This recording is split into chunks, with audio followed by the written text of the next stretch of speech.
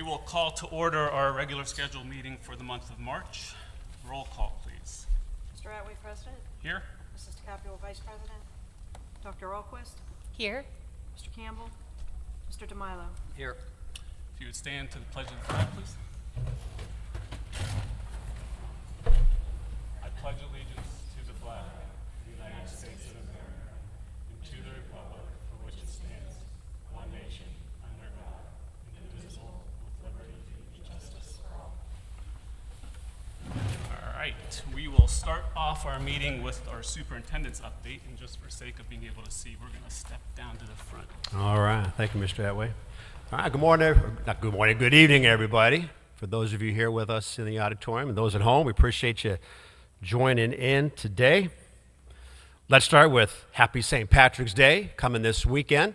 So I'm probably going to have to proclaim Friday as Everybody Wear Green Day. All right. So I'll get that word out. You hear it first here tonight, but I'll get that word out also for our staff and students.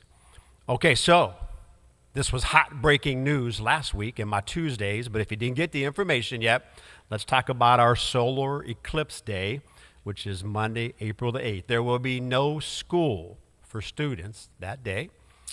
We will have an all-staff professional development day in lieu of a regular school day. Okay, so no school for students on the solar eclipse day. It's hard for me not to come up here every month and talk about good things going on in the district. Last month, I had a plethora of good things, and they just kept coming. So I got to spend some time tonight sticking with our district theme of Positively Canfield and some of the great things going on.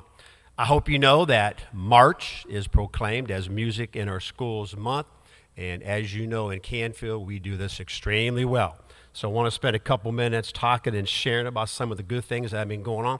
We started with our fourth graders. Mr. Flood and Hilltop was over here in this auditorium sharing their Ohio music show, and the kids did a great job with that performance. And then we translated to our high school band. Our concert and symphonic bands had a performance here, but then took the show on the road over to Lake. And as you can see there, it got the highest, the superior ratings for both of those bands at the recent OMEA band contest. So congratulations to our band and Mr. O'Donnell, who's down there at the bottom right.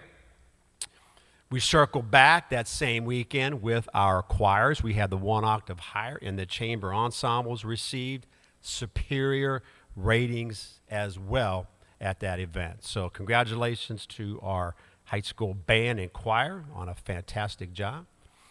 I talk a lot about that three-legged stool, remember? Talked about that, the 3 A's, athletics, arts, academics, right? That's what makes Canfield so strong. So we're standing right on that stool. So let's shift gears to the academia world here a little bit. Our speech and debate team does a fantastic job every year. We, once again, did a great job. We finished 8th in Ohio as a team.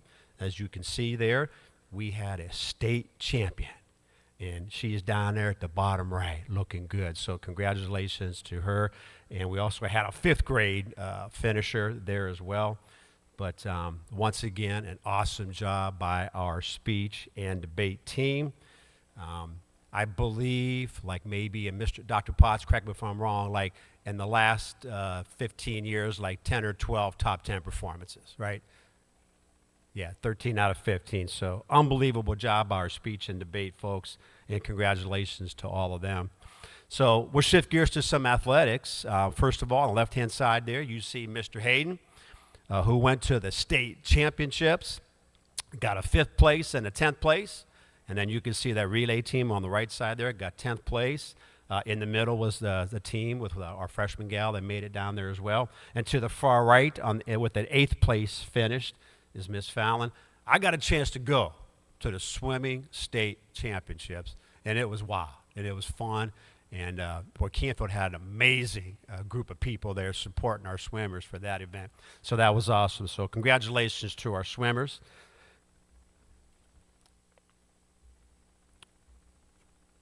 So let's talk a little bit about basketball.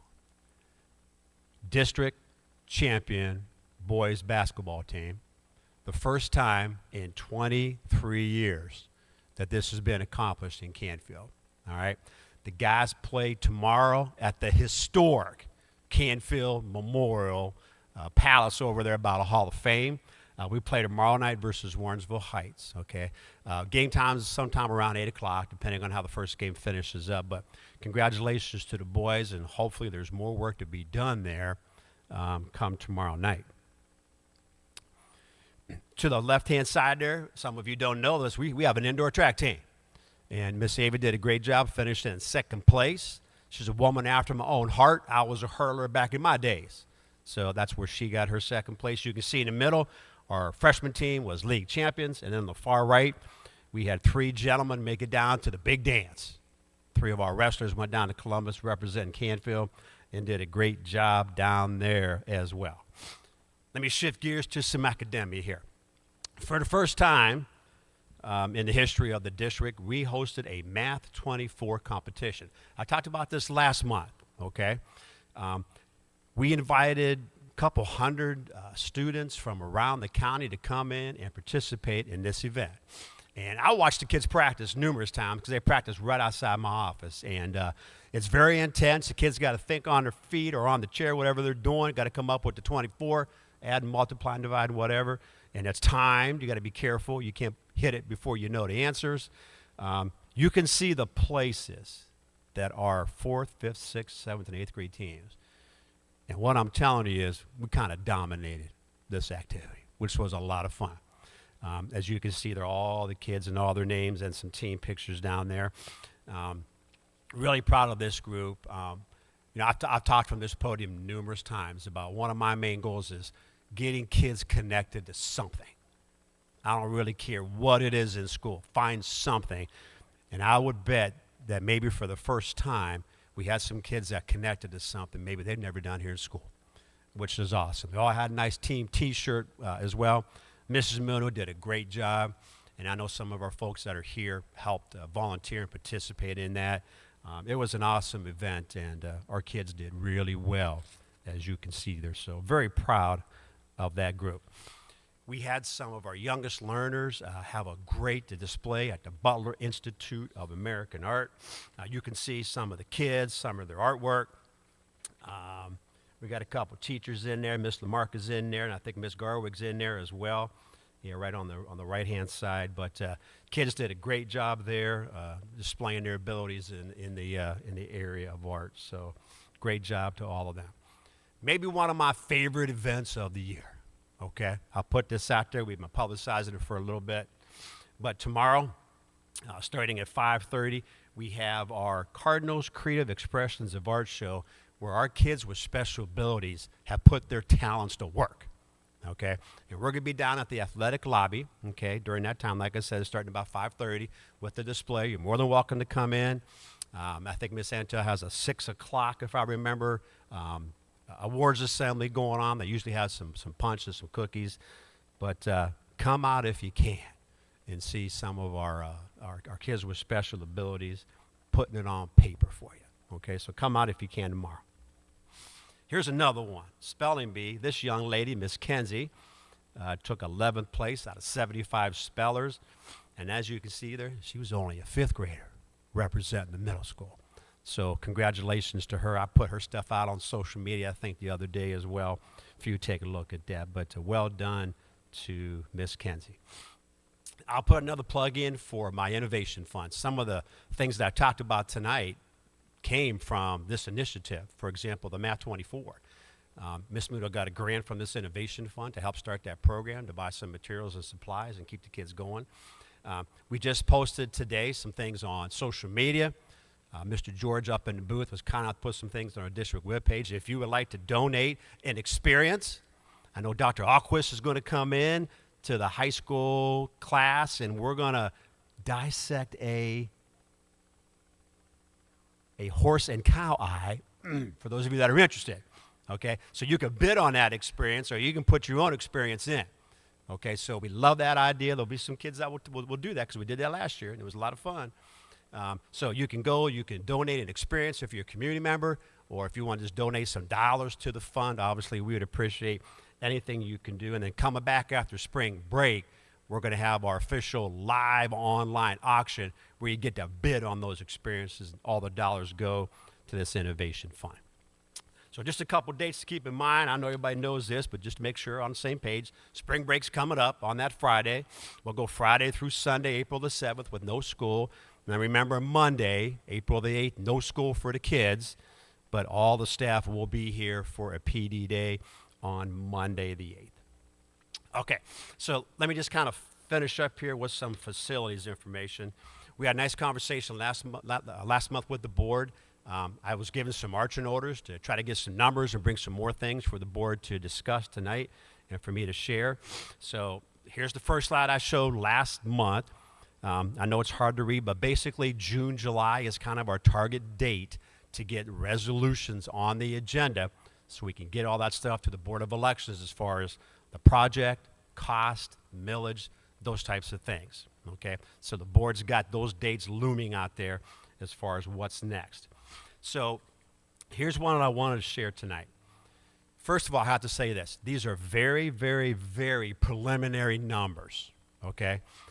The cost set is not officially come out until April, okay? But I want to put some things in front of the board in our community to kind of just give us something to talk about and look at some numbers. So what I have in front of you now is dollars for a brand new middle school, okay, which is kind of what we talked about last month a little bit, an additional gym and a bait demo numbers for the middle school.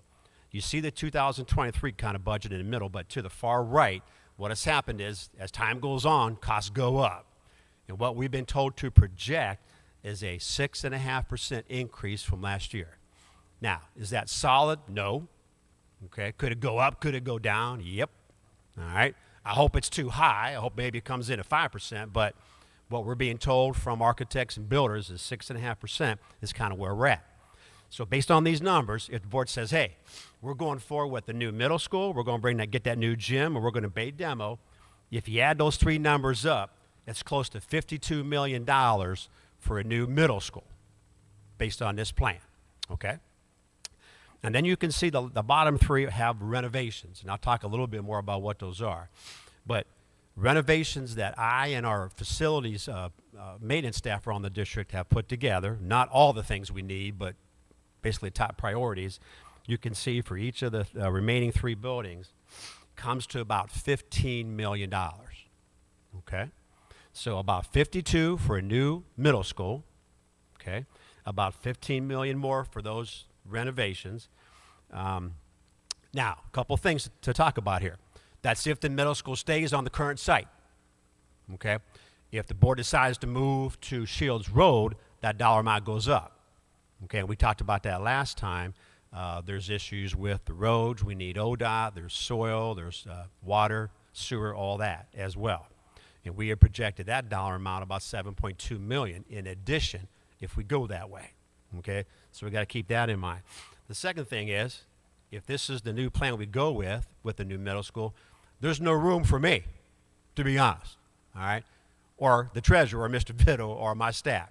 So somehow, some way, we either got to use some of that 112 square feet or put some more square feet in for central office, okay? That's probably not going to be a big ticket item, but just to make sure everybody understands where we're at, that's what you have in front of you right there, okay? So let's talk a little bit about these renovations that I looked at that last slide. What we have identified at C.H. Campbell is a need for air conditioning, okay? And we call those mini splits. We can't do a traditional AC work over there, but we can do a mini split work. I've stood up here numerous times and said, well, my number one goals to this district is school safety. And the first part of school safety is your physical plant. And that means a secure vestibule. As you know right now, C.H. Campbell doesn't have it. And the other issue we're looking at is some pavement with site improvements. You flip to Hilltop, once again, secure vestibule. You walk in the front doors, you're in. Our roof at Hilltop is in bad shape. It needs some loving, and then paving as well. And here at the high school, our roof is in bad shape here.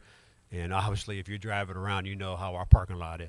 Okay, we got a lot of concerns and a lot of issues there. So those aren't all, but those are some of the big ticket, high priority items that I'm encouraging the board to take a look at as we're moving down this road. All of that is part of that 15 million, okay? And then I will just leave it with this. I would like the board to take a look at some potential summer projects, okay? Because remember, if we go with a bond issue, it's in November, we're still further down the road before some of these things can get done. My recommendation to the board for some discussion is to get air conditioning at C.H. Campbell done this summer, if the board chooses not to do anything with a brand new elementary perspective, okay? This is at least going to be a $500,000 to $700,000 project. It's not easy. It is going to be costly. There's a lot of moving parts right here. I mean, these are just approximations from some estimates and people who do this for a living that we're being able to chat with. But we're looking at least 500, possibly up to 700,000. And then one of the big issues is, do we have enough power coming in from the pole to the building? Okay, and those are some things that we're going to have to take a look at. I talked about those secure vestibules at the elementary schools. We're looking at 450 to 600,000 there to get both of them done. And then here, right above our head, there's a big dollar amount for the high school roof. My recommendation for this summer is, let's just fix the 3 gravel areas that we have above us, and they're basically on the north side of the building, kind of going down with our maintenance and then cafeteria and down the athletic office. We are actually locked and loaded there. We know that's going to be a $507,500 job because we just bid that job and we got those numbers. So if you add all that up, you're at about 1.8 million. And like I said, I mean, these are approximations from, quotes and people we've talked to coming in. But I want to get that out to the board. So how you going to pay for that? All right, because that's a good question. After talking with our treasurer, I think our recommendation is going to be, we use permanent improvement monies, those PI, and then if those dollars dry up, which they most certainly could when you got to buy this and we got to buy buses and other things, then we would be looking at using carryover dollars to pay for these upgrades. Okay? So, I thank you very much for your time. So, board members, you can come on back up. And then if you just wanted to maybe have a little conversation or ask any questions of the stuff I presented, I'd appreciate it.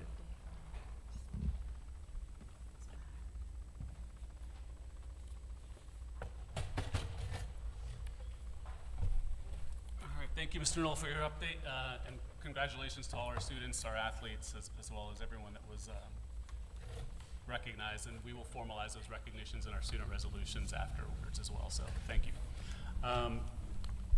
In regards to our buildings, I think we know that this has been an ongoing discussion for several years now, and we have come to a point where we're going to have to take some action in regards to just our critical priorities.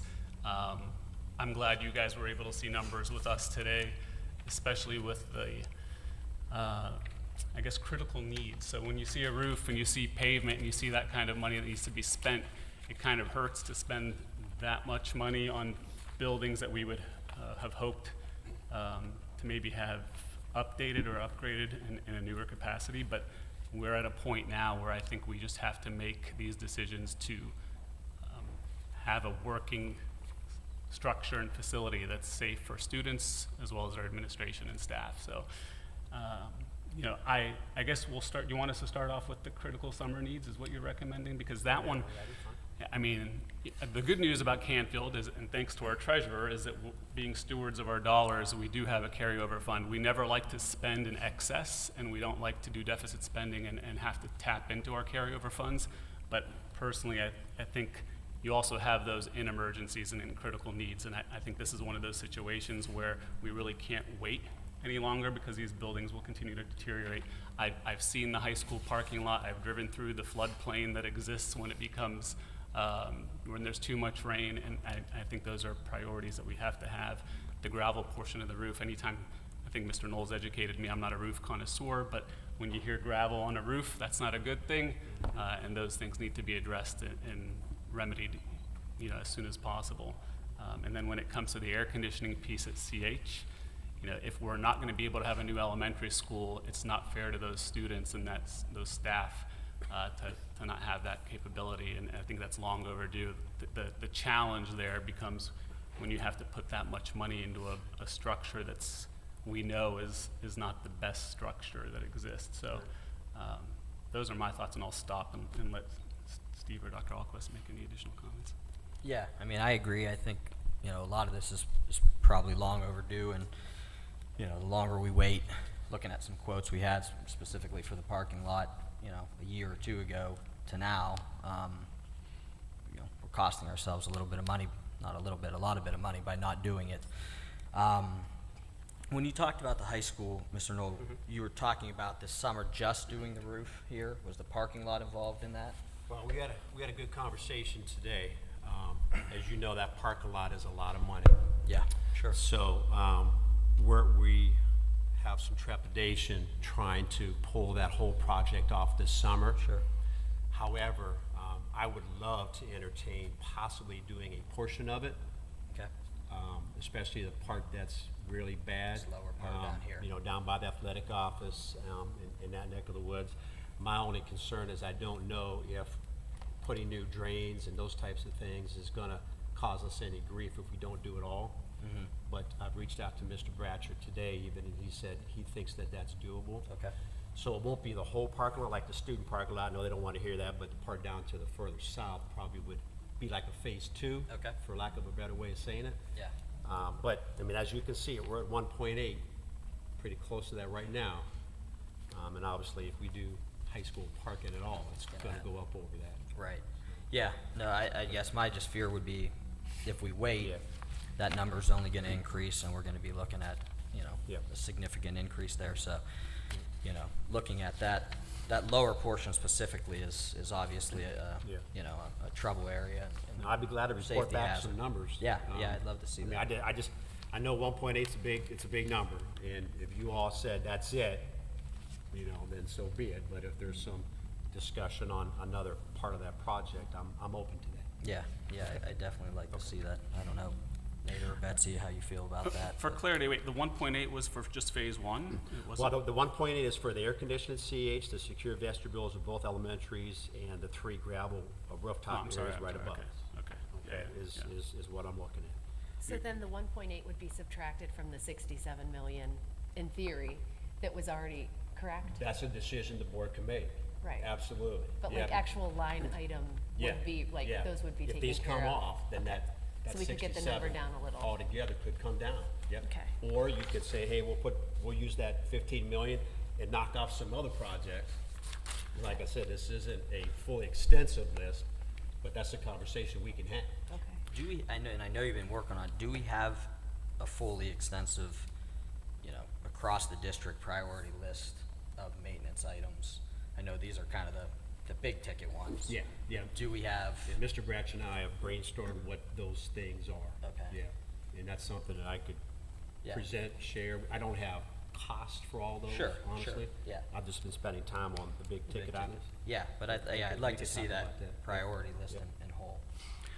And Betsy, to your point, I think we have that option of removing it from the larger number, or, to Mr. Knoll's point, putting something, I mean, students that come into the schools and see renovations, they're, I think, unimpressed with a roof and a parking lot. So if we could do something from a structural perspective to any of these buildings that would need it from a cosmetics, Yeah. I think that always is Yeah. encouraging and motivating. I'm gonna say we're gonna need boilers, and nobody really wants to Yeah, no. look at that. Yeah. You know, but to None of them Mr. are Miles' exciting. point, that's on the list. Yeah. Right. And Ms. Treasurer, I mean, I don't even know what a new boiler is gonna cost, honestly, but have we been down that road before? We have. 90, Depends on which 100,000? building, which ones, Yeah. how, yeah, Yeah, they're so those things are big pricey. ticket items. And bringing it to more of a macro scale, I think if we bring it back to what a lot of the community is probably listening and watching on at home, in regards to just the new facilities, that debate needs to happen. And I know we're absent 2 board members today, but you know, the new middle school, I think we've heard from the community, is the priority, and that's one that everybody seems to be willing to get behind. The challenge becomes, originally, we were looking to build behind the current middle school. I think that was the alignment of the facilities committee that had created that idea, and we were all on board with that. The bigger challenge when you think about the logistics of that, I think if you are doing about a 2-year project with a year for site work, that could be about a 3-year issue. I think this may be just because they're next to each other. It could be a 3-year issue where you're restricting the students and making it could be a safety issue in my opinion. And so I don't necessarily know if I'm the most comfortable in supporting it being built on the same site. I'd prefer to see, you know, the building going up while the students are still able to be in class for a couple years and not have that the challenge. So I probably would like to see Shields Road, because we have that land, we've had that land for some time now. So I personally would like to see it not being on the same site. If we had, we're handcuffed as to sites and where we have land, and so I think that's the other big challenge. And some people would say to you, you know, why not try to build it on the Hilltop property, or why not try to build it here on the high school? I don't think I think there's limitations in being able to get that accomplished, and we'd need enough land to be able to safely build and have that go up. So Hilltop, that would be we're restricted there in terms of size of land currently. Yeah, with what we own there now. With what we own. we need to acquire more, which I don't think is available for purchase. Right. There's some land around there that Yeah, I think that's- previously we've inquired about, but, That is true. okay. Dr. Alquist, you were gonna say something? Well, yeah, no, I mean, just going along with what you were, I like the idea of if we could possibly keep it at the middle school, but logistically, and I hate that it costs more money to go out to Shields, but safety, and I did speak to a ton of like PTA moms the last go around, and as much as they wanted a new building, I was shocked that they weren't as in favor of a live, active, 2-year construction zone in a 12-acre space while the kids are schooling there. And then, you know, you start to think about it, driving by where Farmers on the corner of the green was, I was shocked that it was like a massive, like, hole in the ground, and there was a little, for a while, there was like a little rail, like, up to, it's like, oh my, I mean, that was really dangerous, I thought, for a little bit. Now it's higher and it's safe. But, like, that just made me think small scale of what potentially could be problematic at the middle school. So if we were to go out to Shields, spend more money in the process of all those kind of the things you've already mentioned, then it's, well, what can we get financially for the middle school property, and looking at that to see if it's maybe a, You're right, it's a prime piece of real estate. Yeah. So, Well, let me do this. Let me put some numbers together with a middle school at Shields Road. And then I'll be honest with you, architects and builders do this all the time at the middle school site. And I've asked Hammond Construction to kind of give me just kind of an outline and some talking points. And let me put all that together, just for some peace of mind, maybe for you all. Okay. It's like he said, he reminds me every day, Mr. No, we do this a lot. You know, this isn't new to Canfield, trying to build that facility. So I'll have both of those sets of information for you as well. Okay, that sounds good. And then from a action needed to just make sure we get the renovations, that if we were just gonna go out of our own general fund to pay for, we'd wanna act on it probably by the next board meeting. Well, I'm ready to move forward with the roof for sure, next board meeting. And if you guys give me the blessing to start continuing on with the air conditioning and the secure vegetables, I would like to, because we have bidding and all those things that take time to get going. But if you're giving me the blessing to go, we're going. I mean, I'd be good with that. The only Okay. thing I would say would be, I'd like that phase 1 to look at that possibility I'll too get some down here. numbers for that too. Yep, okay, awesome. Okay. I Sounds appreciate good. that. Thank you so much. Appreciate it. All right, thank you, and I think we can move to our principals, Rotary Students of the Month. So, shall we start with, are we starting with high school? All right, Dr. Potts.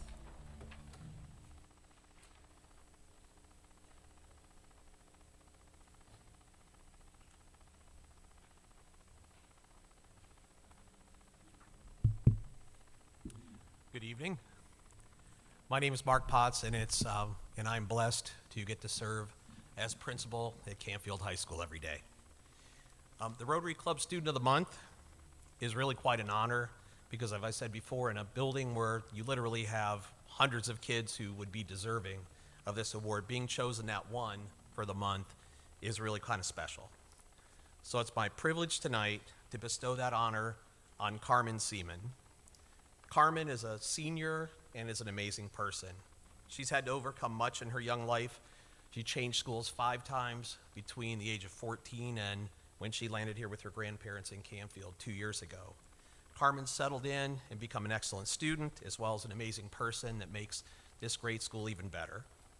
She's described by her teachers as warm, kind, inviting, hardworking, compassionate, and that she has an infectious smile. So besides her challenging schedule, which includes college classes through our CCP program, Carmen works pretty much a full-time job after school, which is why she's not here with us tonight. They needed her to come in and work a shift. So if you guys want to stop by Chipotle after the meeting, you can congratulate her on this award.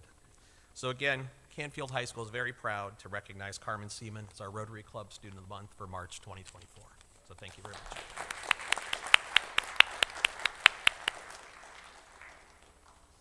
Congratulations to Carmen and to the Seaman family. All right, Mr. Good evening, everybody. I'm Judd Rubin. I'm the principal at Canfield Middle School, and I'm proud to present Mason Worst as our Rotary Student of the Month. So, Mason, if you want to come down.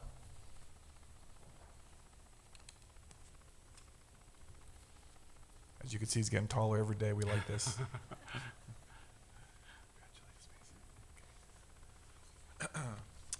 Mason was recommended by his social studies teacher, Mr. Tarosi, and science teacher, Ms. Kerensky. They describe Mason as an extremely likable young man with the willingness to come to school every day to learn. Mason is one of those students who is extremely respectable for adults and always takes the time to say hello and chat for a few seconds. And I can attest to that because every day we always have a talk and gives me a high five, and it's really nice to see our students feel so comfortable with everybody in the building. I asked him what his favorite subject in school is. History. He loves his teacher, Mr. Trosi, and learning about the past. I asked to tell us something about your family. He has a brother, Jaden, and a sister, Lexi, and they live with mom and dad. They like to go out to eat, and Sunday dinners with grandparents is always very special. He liked to be a physical therapist for his career. He enjoys playing all sports, baseball, basketball, and football. And his 7th and 8th grade basketball team, they only had 1 loss in 2 years, so just a tremendous accomplishment there. And he likes to hang out with friends and, again, play basketball in their mini hoops. So congratulations to Mason Worst.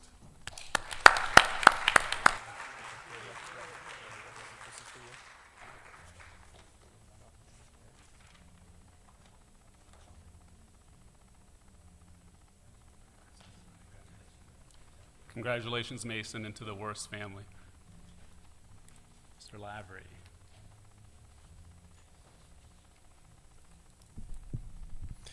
Good evening. My name is Travis Lavery, and I'm honored to stand here today with Janessa Garcia. Now, when we have the Rotary Student of the Month, and I see all the 4th grade students come in at the beginning of the year, as soon as I saw Janessa, I knew she had to be one of them. And I sat patiently waiting for those recommendations to come in from our staff, and sure enough, they kept coming. Janessa is the first student this year to get not 1, but 2 nominations from different staff members throughout the building to be our Rotary Student of the Month. She always has a smile on her face.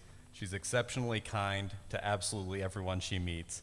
And her teacher, Mrs. Tuchek, stated that she is absolutely a blessing to have in class every single day.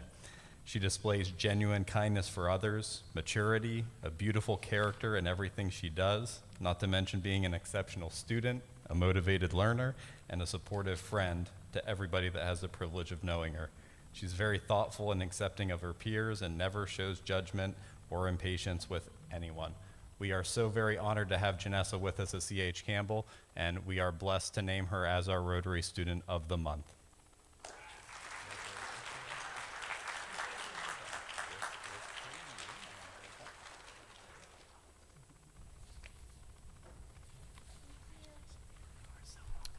Congratulations, Janessa and the Garcia family. Mr. Flood.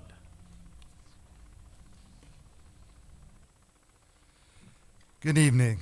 Mike Flood, Principal, Hilltop Elementary. It's my pleasure to introduce Henry Vogel as this month's Student of the Month. He was chosen by Mrs. Woolley, 4th grade teacher. She stated, Henry was chosen as Rotary Student of the Month for countless reasons. He comes to school every morning with a positive, can-do attitude.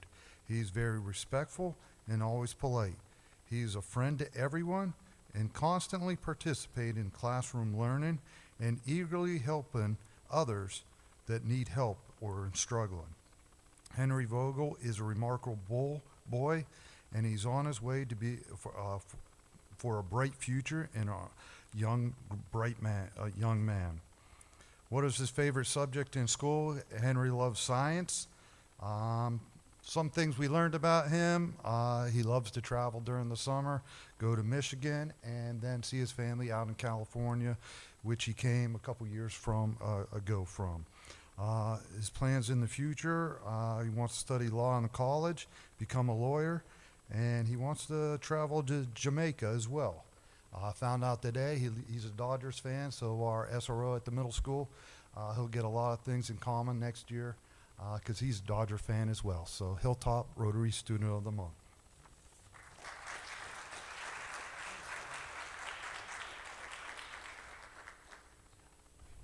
Congratulations to Henry and the Vogel family. I usually let you guys leave right now, but what I'm going to ask, Mr. Rubin too, if you wouldn't mind, we're going to do the student resolutions, and then we'll let you guys go after the student resolutions. So,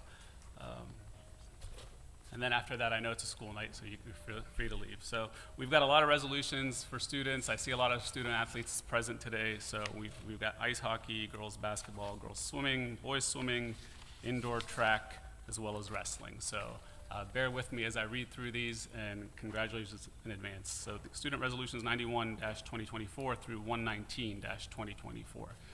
Whereas Luke Scolari was named first team All-League Blue Division in the Greater Cleveland High School Hockey League, and whereas Marcus Epp earned All-League Blue Division honorable mention in the Greater Cleveland High School Hockey League. And whereas Cammie Dill was named first team All-AAC in girls basketball and was District 1 Division II All-Star, and whereas Cammie Ritz was named first team All-AAC in girls basketball and was District 1 Division II All-Star, and whereas Jenna Treveri was named second team All-AAC in girls basketball, and whereas Malia Swartz was named second All-AAC All-Star NEAC and was a district qualifier in girls swimming, and whereas Adele Colonna was named second All-AAC All-Star NEAC and was a district qualifier in girls swimming, and whereas Katie Weibling was named second All-AAC All-Star NEAC and was a district qualifier in girls swimming, and whereas Lila Gray was named second All-AAC All-Star NEAC and was a state qualifier in girls swimming, and whereas Emmy Coram was named second All-AAC All-Star NEAC and was a district qualifier in girls swimming, and whereas Gianna Gambrell was named second All-AAC All-Star NEAC and was a district qualifier in girls swimming, and whereas Josie Protein was a district qualifier in girls swimming, and whereas Jillian Palusik was a district qualifier in girls swimming, and whereas Karina Gambrell was a district qualifier in girls swimming, and whereas Mia Dingman was a district qualifier in girls swimming, and whereas Fallon Amedia was named All-Star in NEAC in girls swimming, earned All-Ohio honors, and was a state qualifier in diving, and whereas Hayden Price was named second All-AAC All-Star NEAC and was a state qualifier in boys swimming, and whereas Anthony A.J. Grahofsky was named second All-AAC All-Star NEAC and was a state qualifier in boys swimming, and whereas Anthony Zaccoli was named second All-AAC All-Star NEAC and was a state qualifier in boys swimming, and whereas Andrew Helmick was named second All-AAC All-Star NEAC, was a district qualifier and state alternate in boys swimming,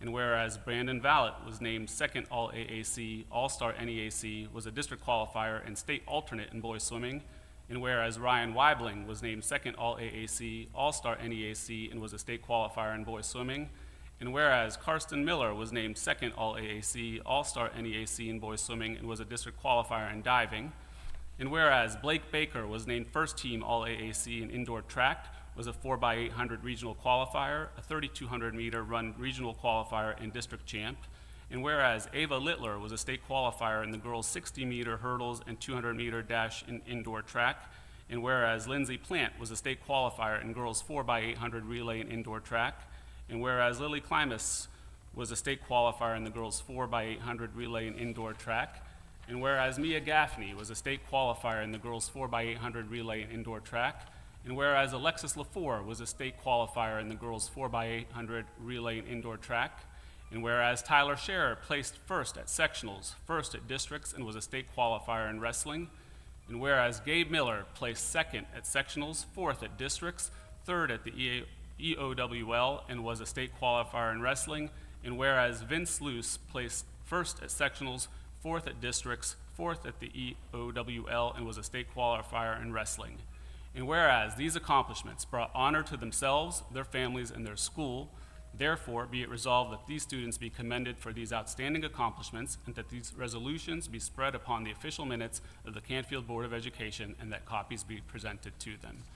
Congratulations to all our athletes on these wonderful achievements.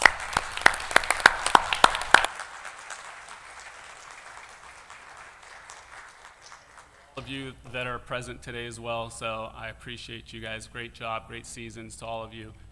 And this is at a point if you would like to leave, because I know it's a school night, I'll give you that green light to get out of here. So thank you for being here. You'll get your certificates once they're all signed by our board members, and they'll be sent to you. Catch your breath. I know, I do need that. It was a long one. Thank you. Mr. Cowboy usually gets the debate background. At this point, we have the presentation of the minutes from our February 14th regular meeting. We have those in advance. If I can get a motion to approve. Yeah. There were three. Get your homework done. Anybody want a motion to approve the minutes? Sorry. Sorry. So moved, Demilo. Second. Any discussion? Roll call, please. Dr. Alquist? Yes. Mr. DeMilo? Yes. Mr. Atway? Yes. Next up is our treasurer's report. The first report, the cash summary report, and these are all as of the end of the year, or 6 months into the fiscal year. The general fund, the first one on the page, 001, and the food service fund, 006. You'll notice the fund balance, that's the third number from the right. The fund balance at the end of the year, both of those are greater than what we started with, so after 6 months, both those funds are sitting in a good position. The check payment register on page 2, toward the bottom, maybe about 10 from the bottom, Utica National Insurance Group, $70,500. That's insurance premium for property, fleet, and liability. That's a 6-month premium. And on the last page, AO Construction, it's about 10 from the bottom, $18,260. This was for repairing the chimney at the middle school. Needed to be done. They installed a new cap on the top and repaired it. And then the last item on that list, just want to keep reminding how expensive healthcare is. That $347,000 to Mahoning County School Employee Insurance Consortium is just one monthly premium for our healthcare. That's for medical, dental, and vision. The purchase order list, new items start on page 18. I really don't have any to comment on. The investment holdings, rates are still creeping up, and I was looking at that today and thinking, who would have guessed a couple years ago that a money market rate would be at 5.74%? But that is where we are, and that is bringing in significant investment earnings for the school district, so thankful for that. Any questions on any items? Nope, I just like the 5.74 for sure. So, I'm sorry. I said I like the 5.74% versus 0.5, so Yes, it's really. much nicer, so. We do need a motion to approve the reports if there are no questions. Any other discussion? Roll call, please. Dr. Alquist? Mr. DeMilo? Yes. Mr. Atway? Yes. Public participation, do we have anybody signed in? Nope, nobody's signed in, all right. Okay. New business. Personnel, all right. Under approving unpaid parental leave, we have Jacqueline Echo, a high school math teacher, requesting unpaid parental leave for the 2024-25 school year, as per negotiated contract in Exhibit 1A. Under resignations, we have Sherry Atherton, the high school attendance secretary, effective June 1 of 2024. And I'd like to recommend approving some classified subs, Natalie DeHaven and Luke Raftery.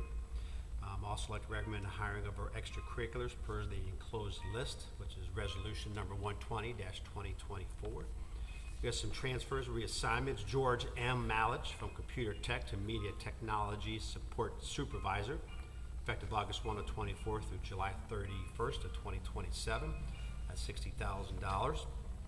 And he'll be effective July 1 through July 31st at a prorated daily rate of $230.76. And Mike Williamson from Elementary Computer Aide to District Computer Support Technician at $23.49 an hour, effective July 1 of 2024. And a late entry under letter F, Erica Knoll as our permanent sub-tutor, effective February 22nd of 2024, working 7 hours a day at $20.45 an hour.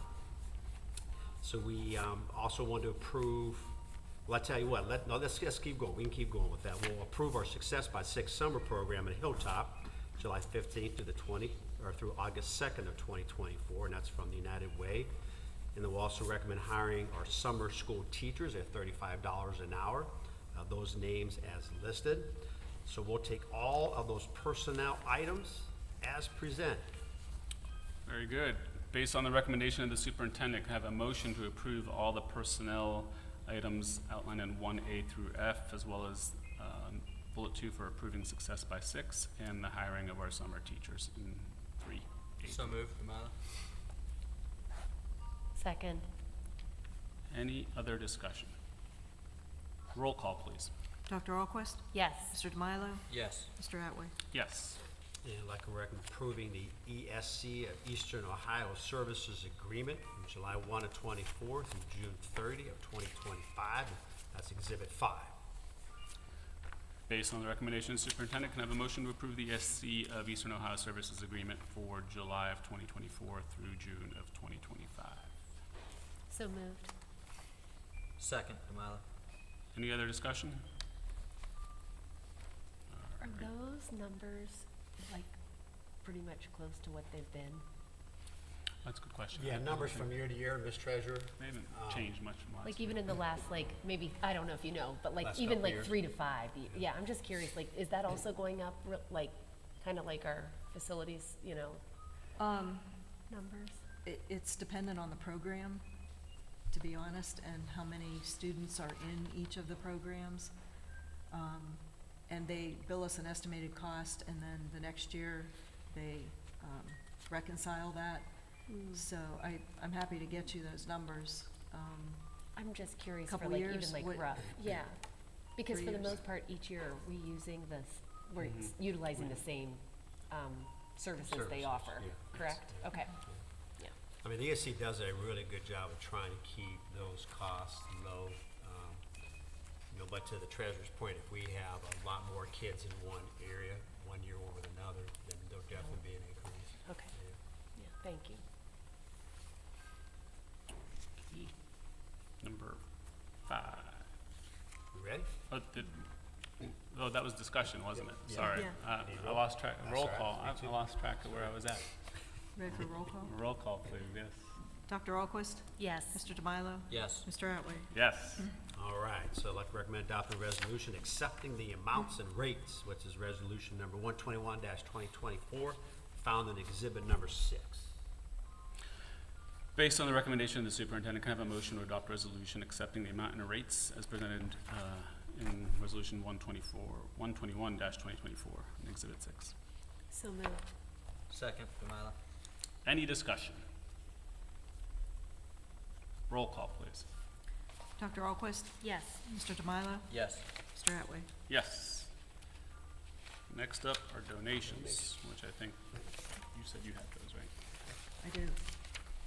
Hold on a second. Unless you want, I mean, I got them too, but I can. Let me read them. Robertson Studio, $1,500 to the CHS Principals Fund. Ohio Pile Prints, $59.80 to CHS Principals Fund.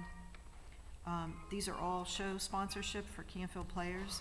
We have KG Boardman, LLC, $500. Youngstown Tube Company, $500. Nicolini's Chop House, $1,000.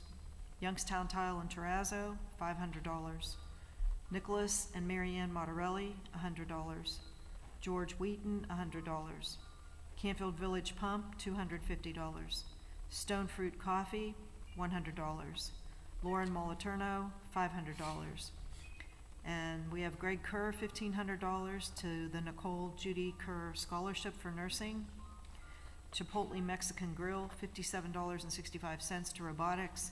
And Canfield PTA, $100 for the CVMS Food Drive Awards. Total cash donations for March, $6,767.45. Very good. Thank you to all those that have donated.